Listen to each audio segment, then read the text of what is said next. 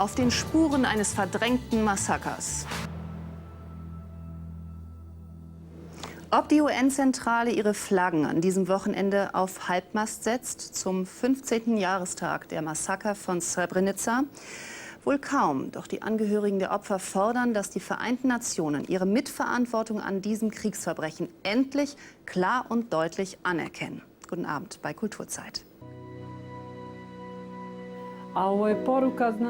Die Vereinten Nationen dürfen nie wieder einen Genozid wie bei uns in Srebrenica zulassen. Nirgendwo auf der Welt.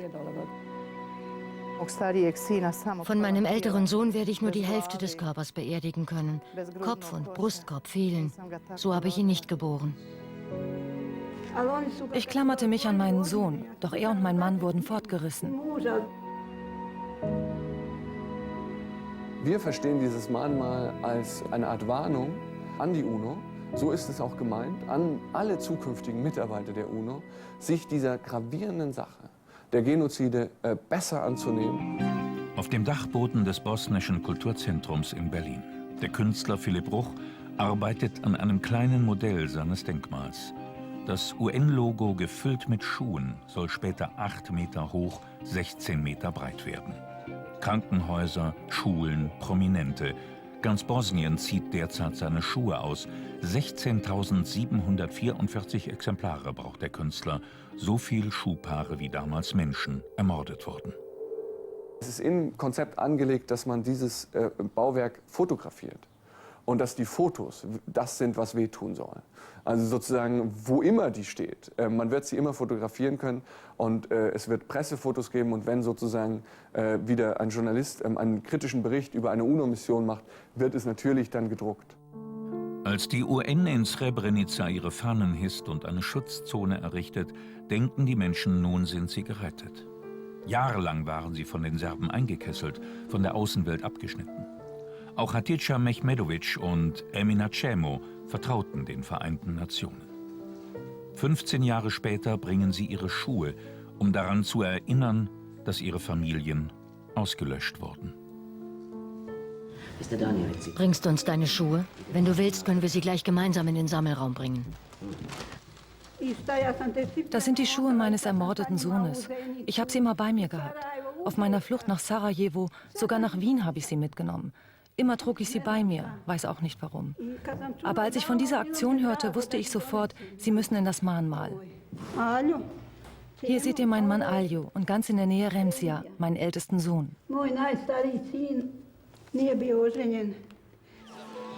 Als die Serben Srebrenica stürmen, flüchten Tausende zur UN-Basis.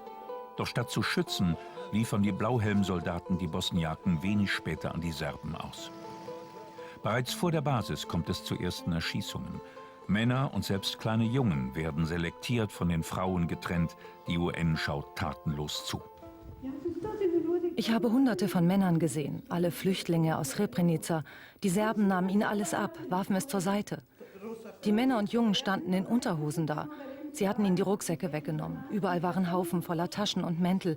Riesige Haufen waren das. Weil es drückend heiß war, hatte Sohn Remzija seine Schuhe ausgezogen. Da führten ihn Soldaten ab. Seine Mutter sah ihn nie wieder. Jahre später wurde ihr Sohn in einem Massengrab gefunden. Nun legt Emina Cemo die Erinnerungsstücke zu Dutzenden anderer Schuhe. Zur selben Zeit in Berlin. Philipp Bruch arbeitet rund um die Uhr am Mahnmalprojekt. Gerade hat er ein neues Poster drucken lassen. Eine befreundete Animationsfirma produziert für das Projekt Werbeclips. Denn das Mahnmal wird viel Geld kosten. Mit rund 300.000 Euro rechnet Bruch. Durch Spenden muss er sie einsammeln. Und so könnte die sogenannte Säule der Schande später einmal aussehen, wenn sie in Srebrenica in der Nähe der einstigen UN-Basis steht. Die Mütter von Srebrenica überlegen, das sozusagen wirklich auf den Friedhof zu stellen. Und wenn ich als 16-, 17-jähriger Schüler da stehe und das sehe, gehe ich das auf jeden Fall anfassen und will auch die Geschichte dazu hören. Hayrat Šatic ist eine dieser Mütter. In einem kleinen Gedenkzentrum in Tuzla erinnern Fotos an die Ermordeten. Täglich werden auch bei ihr Schuhe abgegeben. Auch Sohn Nino hoffte einst auf die UN. Mein Sohn Nino war Journalist. Als Funkamateur berichtete er täglich aus Srebrenica. Das war die einzige Verbindung in die Außenwelt. Hier ist sein letzter Bericht. Danach habe ich ihn nie wieder gehört.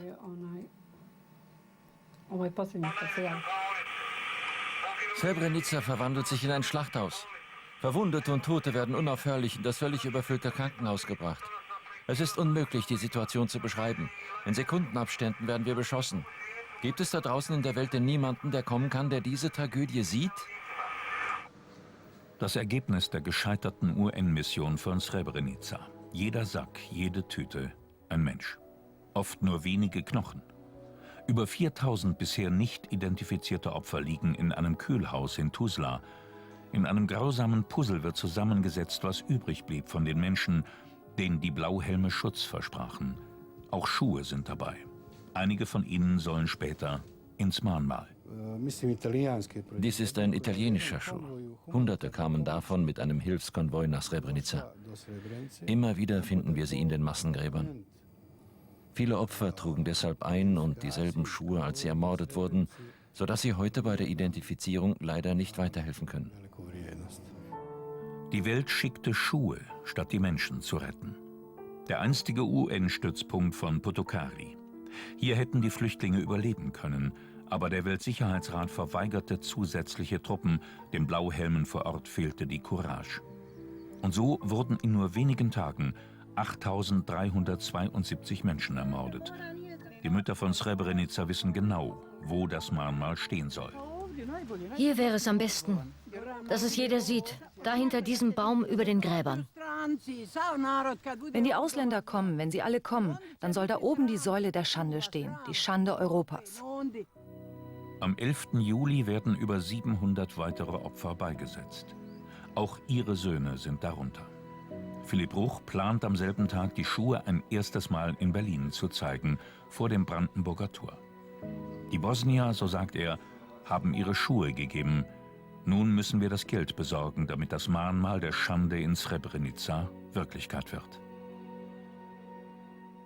Da kann man nur die Daumen drücken.